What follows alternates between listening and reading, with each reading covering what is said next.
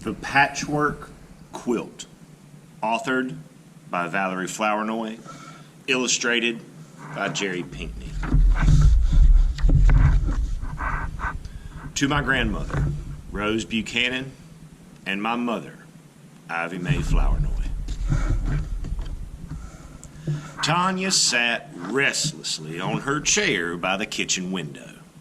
For several days she had had to stay in bed with a cold.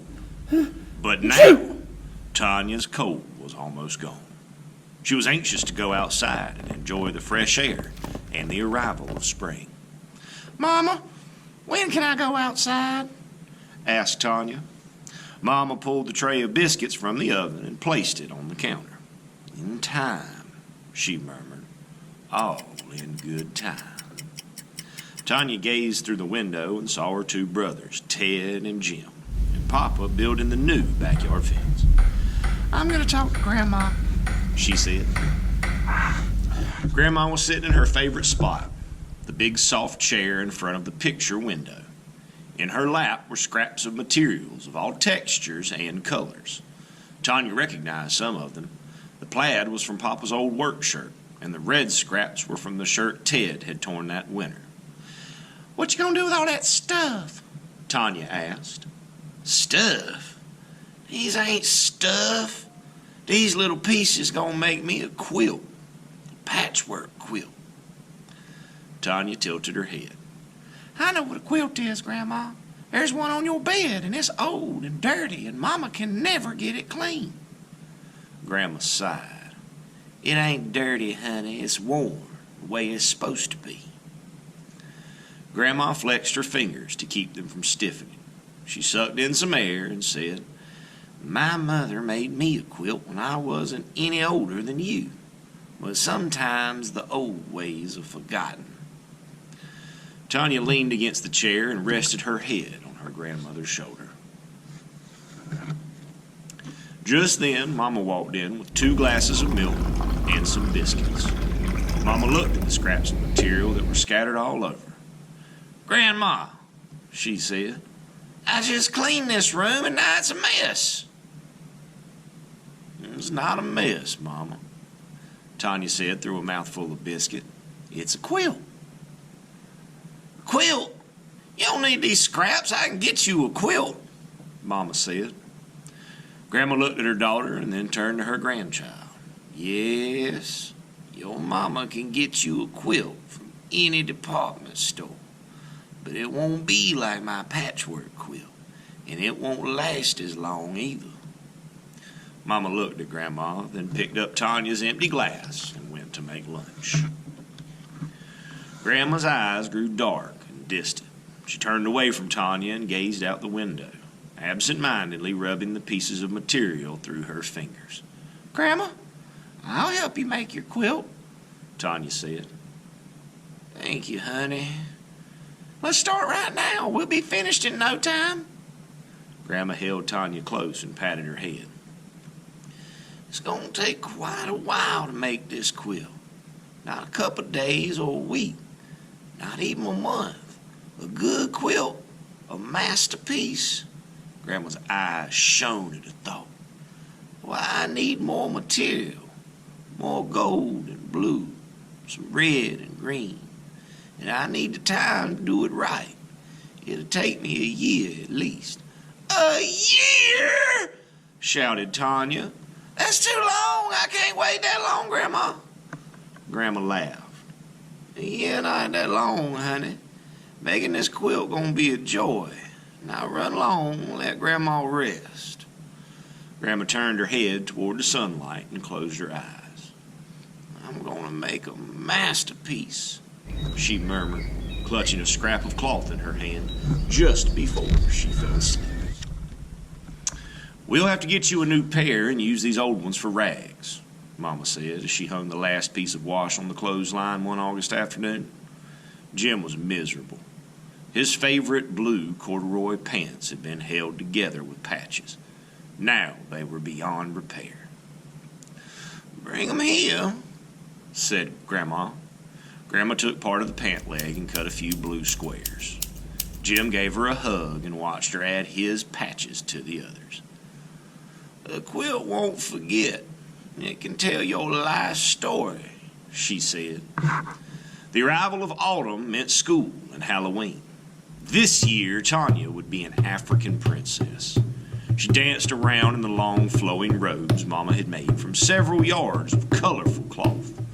The old bracelets and earrings Tanya had found in a trunk in the attic jingled noisily as she moved. Grandma cut some squares out of the leftover scraps and added Tanya to the quilt too. Days grew colder, but Tanya and her brothers didn't mind. They knew snow wasn't far away. Mama dreaded winter's coming. Every year she would plead with Grandma to move away from the drafty window, but Grandma wouldn't budge.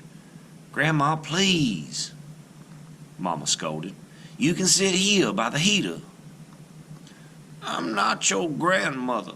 I'm your mother," Grandma said, "and I'm going to sit here in the Lord's light and make my masterpiece." It was the end of November when Ted, Jim, and Tanya got their wish. They awoke one morning to find everything in sight covered with snow. Tanya got dressed and flew down the stairs. Ted and Jim and even Mama and Papa were already outside. "I don't like leaving Grandma in that house by herself," Mama said. "I know she's lonely." Tanya pulled herself out of the snow, being careful not to ruin her angel. "Grandma isn't lonely," Tanya said happily. "She and the quilt are telling each other stories." Mama glanced questioningly at Tanya. "Telling each other stories?" "Yes, Grandma says the quilt never forgets." The family spent the morning and most of the afternoon sledding down the hill. Finally, when they were all numb from the cold, they went inside for hot chocolate and sandwiches. "I think I'll go sit and talk to Grandma," Mama said. "Then she can explain to you about our quilt, our very own family quilt," Tanya said. Mama saw the mischievous glint in her youngest child's eyes.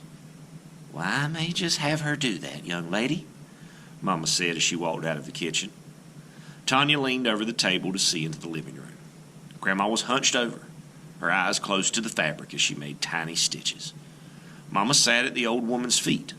Tanya couldn't hear what was said, but she knew Grandma was telling Mama all about quilts and how this quilt would be very special. Tanya sipped her chocolate slowly, and she saw Mama pick up a piece of fabric, rub it with her fingers, and smile. From that moment on, both women spent their winter evenings working on the quilt. Mama did the sewing while Grandma cut the fabrics and placed the scraps in a pattern of colors.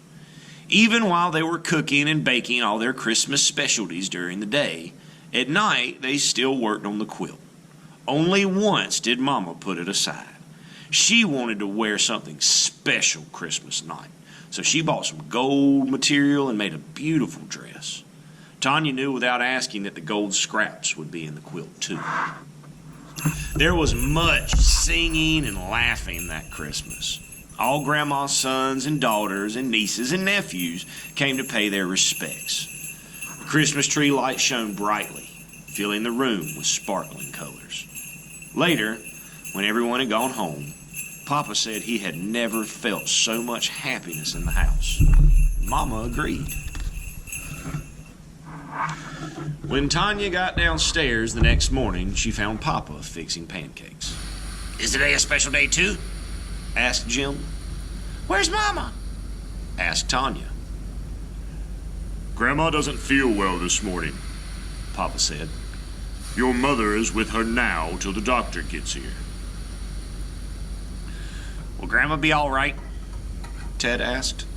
Papa rubbed his son's head and smiled. "There's nothing for you to worry about. We'll take care of Grandma." Tanya looked into the living room. There, on the back of the big chair, rested the patchwork quilt. It was folded neatly, just as Grandma had left it. "Mother didn't want us to know she wasn't feeling well. She thought it would spoil our Christmas," Mama told them later, her face drawn and tired, her eyes a puffy red. "Now it's up to all of us to be quiet and make her as comfortable as possible. Papa put an arm around Mama's shoulder. "Can we see Grandma?" Tanya asked. "No, not tonight," Papa said. "Grandma needs plenty of rest."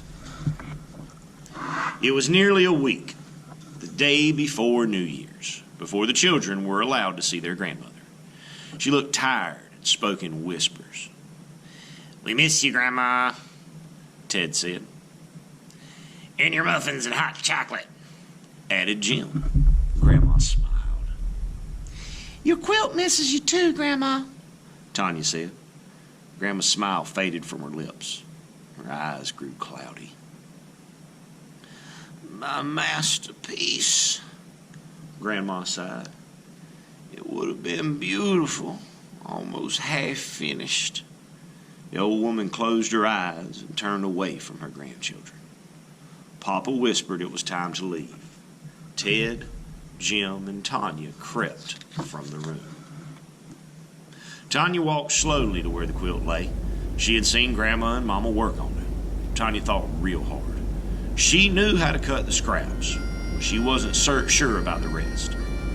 Just then, Tanya felt a hand resting on her shoulder. She looked up and saw Mama. "Tomorrow," Mama said. New Year's Day was the beginning. After the dishes were washed and put away, Tanya and Mama examined the quilt. "You cut more squares, Tanya, while I stitch some patches together," Mama said.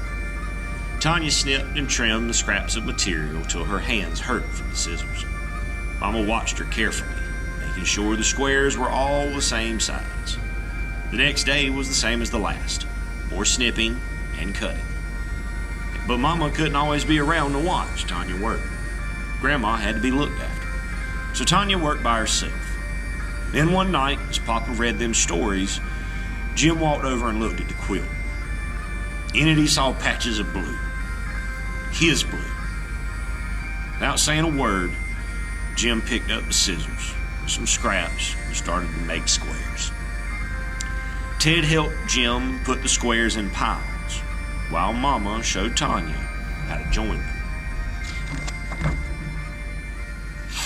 Every day, as soon as she got home from school, Tanya worked on the quilt. Ted and Jim were too busy with sports, and Mama was looking after Grandma, so Tanya worked alone. But after a few weeks, she stopped. Something was wrong. Something was missing, Tanya thought. For days, the quilt lay on the back of the chair. No one knew why Tanya had stopped working. Tanya would sit and look at the quilt. Finally, she knew. Something wasn't missing. Someone was missing from the quilt. That evening, before she went to bed, Tanya tiptoed into Grandma's room, a pair of scissors in her hand. She quietly lifted the end of Grandma's old quilt and carefully removed a few squares.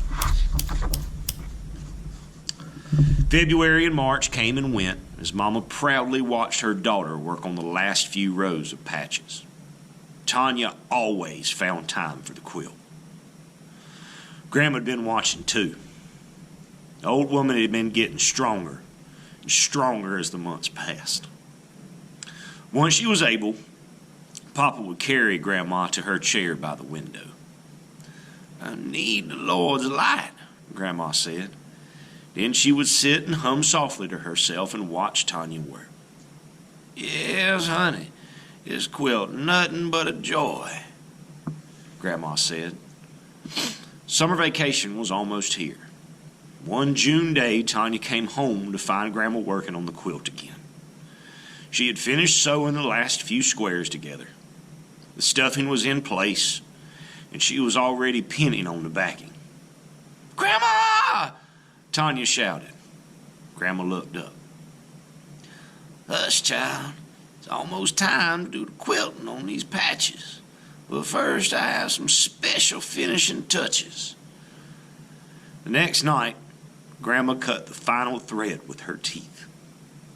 "There. It's done," she said. Mama helped Grandma spread the quilt full length. Nobody had realized how big it had gotten, or how beautiful. Reds, greens, blues, and golds, light shades and dark blended in and out throughout the quilt. "It's beautiful," Papa said. He touched the gold patch, looked at Mama, and remembered. Jim remembered too. There was his blue and the red from Ted's shirt. There was Tanya's Halloween costume, and there was Grandma. Even though her patch was old, it fit right in.